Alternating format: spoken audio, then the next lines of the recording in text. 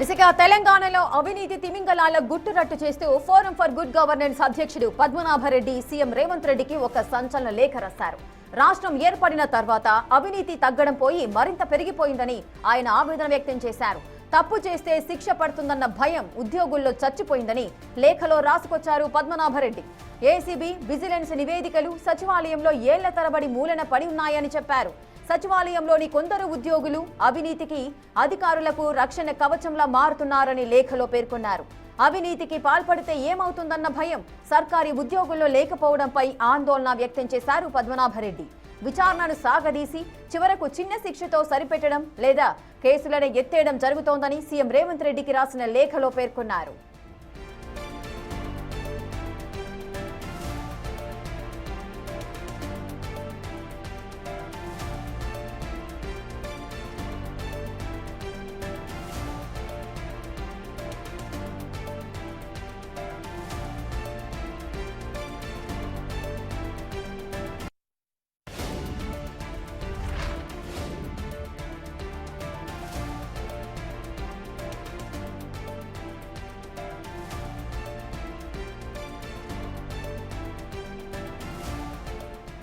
విశాఖ తెలంగాణలో అవినీతి తిమింగలాల గుట్టురట్టు చేస్తూ ఫోరం ఫర్ గుడ్ గవర్నెన్స్ అధ్యక్షుడు పద్మనాభరెడ్డి సీఎం రేవంత్ రెడ్డికి ఒక సంచలనమైన లేఖ రాశారు.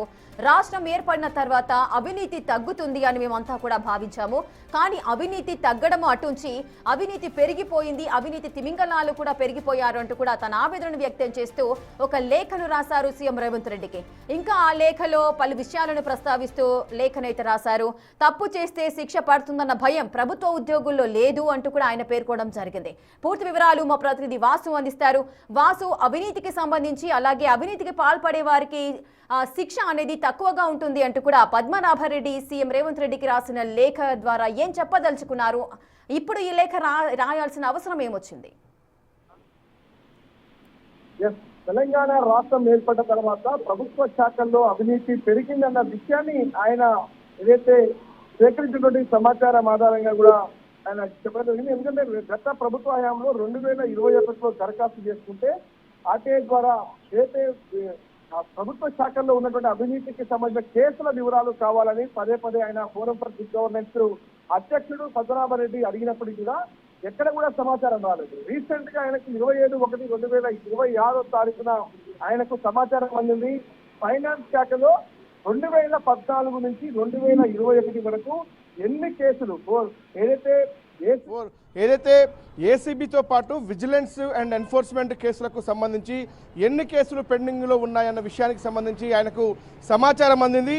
కానీ తెలంగాణ ఏర్పడ్డాక పెరిగినటువంటి అవినీతికి సంబంధించి ఆయన ముఖ్యమంత్రి రేవంత్ రెడ్డిని ఉద్దేశించి లేఖ రాశారు. అయితే శిక్ష పడుతుందన్న భయం ఎక్కడ కూడా ప్రభుత్వ అధికారుల్లో లేదన్న విషయాన్ని ఆయన స్పష్టం చేశారు. ఎందుకంటే ఏసీబీ, విజిలెన్స్ నివేదికలు ఇప్పటికే ప్రభుత్వానికి పలుమార్లు ఇచ్చినప్పటికీ కూడా వాటిపైన ఎక్కడా చర్యలు లేవన్న విషయాన్ని ఆయన స్పష్టం చేశారు. ఇక సచివాలయంలో సంవత్సరాలకు తరబడి కేసులు పెండింగ్లో ఉన్న విషయాన్ని కూడా ఆయన చెప్తున్నారు. ఇక పూర్తిగా ఏసీబీ ఎన్ని కేసులకు సంబంధించి కూడా ఏడాదికేడాది అంటే కేసులు అవుతున్నప్పటికీ కూడా మళ్ళీ తిరిగి ఏసీబీకే పట్టుబడుతున్నారు. ఒక్కొక్క అధికారికి సంబంధించి కూడా పలుమార్లు అంటే ఒకసారి కాకుండా 2-3 సార్లు కూడా ఏసీబీకి పట్టుబడ్డ కేసులున్నాయి. ఇక విజిలెన్స్ నివేదికలు ఏ అధికారి అవినీతికి పాల్పడతా ఉన్నాడు, గతంలో ఎన్నిసార్లు అవినీతి పాల్పడ్డాడన్న విషయాలు కూడా అధికారులకు ఇచ్చినప్పటికీ కూడా అధికారులు తూతూ మంత్రంగా కేవలం చిన్నపాటి యాక్షన్ తీసుకొని కేసులు డ్రాప్ చేసిన కేసులు కూడా పలున్నాయి. ఒకసారి మనం అసలు 2014 నుంచి 2021 మధ్యలో జరిగినటువంటి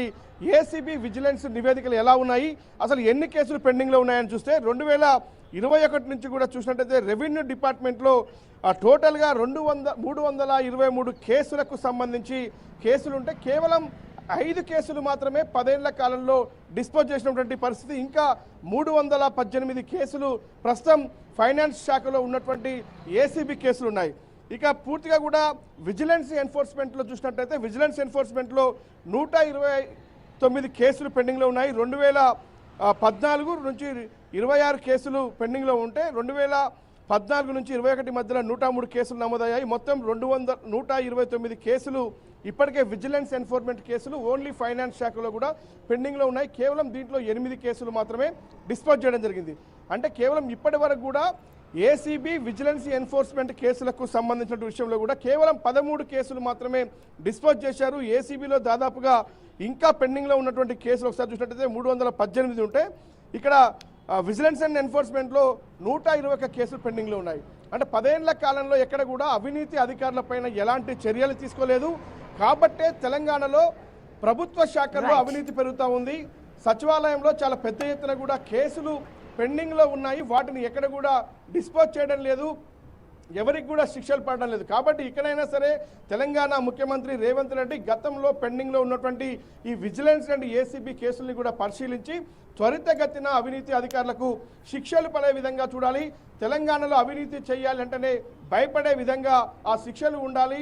ఎందుకంటే ఇప్పటికే అవినీతి చేసి కేసుల్లో ఉండి కూడా ఉద్యోగాల్లో కొనసాగుతున్నటువంటి వారు ఫైనాన్స్ లాంటి చాలా కీలక శాఖల్లో కూడా ఉన్నటువంటి నేపథ్యం కనిపిస్తూ ఉంది. కాబట్టి వీటన్నిటిని పరిశీలించాలి. ఇటీవల కాలంలో కూడా ఆర్టీఐ ద్వారా ఆయన తీసుకున్న సమాచారం ప్రకారం కూడా ఉన్నటువంటి కేసుల విషయానికి సంబంధించి త్వరితగతిన చర్యలు తీసుకోవాలని ముఖ్యమంత్రి రేవంత్ రెడ్డి గత ప్రభుత్వ హయాంలో ముఖ్యమంత్రికి సిఎస్కు పలుమార్లు లేఖలు రాసినప్పటికీ మరోపక్క 2021లో ఫైనాన్స్ శాఖకు ఈ సమాచారం కోసం లేఖ రాసినప్పటికీ ఎలాంటి స్పందన లేకుండా పోయింది. కాబట్టి ఇటీవల కాలంలో వచ్చినటువంటి జనవరి 27, 2026న వచ్చినటువంటి సమాచారం ఆధారంగా పెండింగ్ లో ఉన్నటువంటి ఏసీబీ ఎన్ఫోర్స్మెంట్ ఉన్నటువంటి విజిలెన్స్ ఎన్ఫోర్స్మెంట్ ఉన్న కేసులు అన్నిటిపైన కూడా చర్యలు తీసుకొని ఎవరైతే అవినీతి అధికారులు వాళ్ళపైన కఠిన చర్యలు తీసుకునే విధంగా ముఖ్యమంత్రి చర్యలు తీసుకోవాలని కూడా ఆయన లేఖ రాశారు. ఆ లేఖలో చాలా కీలకమైన అంశాలు ప్రస్తావించారు. Right, thank you Vasu, thanks for the live details.